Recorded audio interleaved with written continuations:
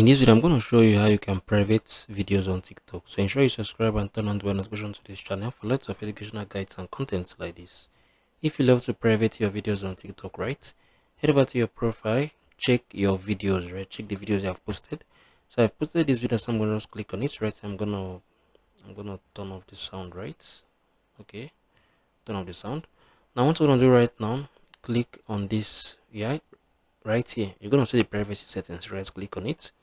You're gonna see who can watch this video. So if you click on this, if you click on only you, you're gonna click on the done, right. So you can see right here above, you can see private, right.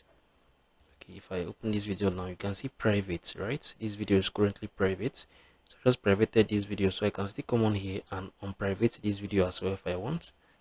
I'll just click on who can watch this video. It can be everyone, right. Click on the done.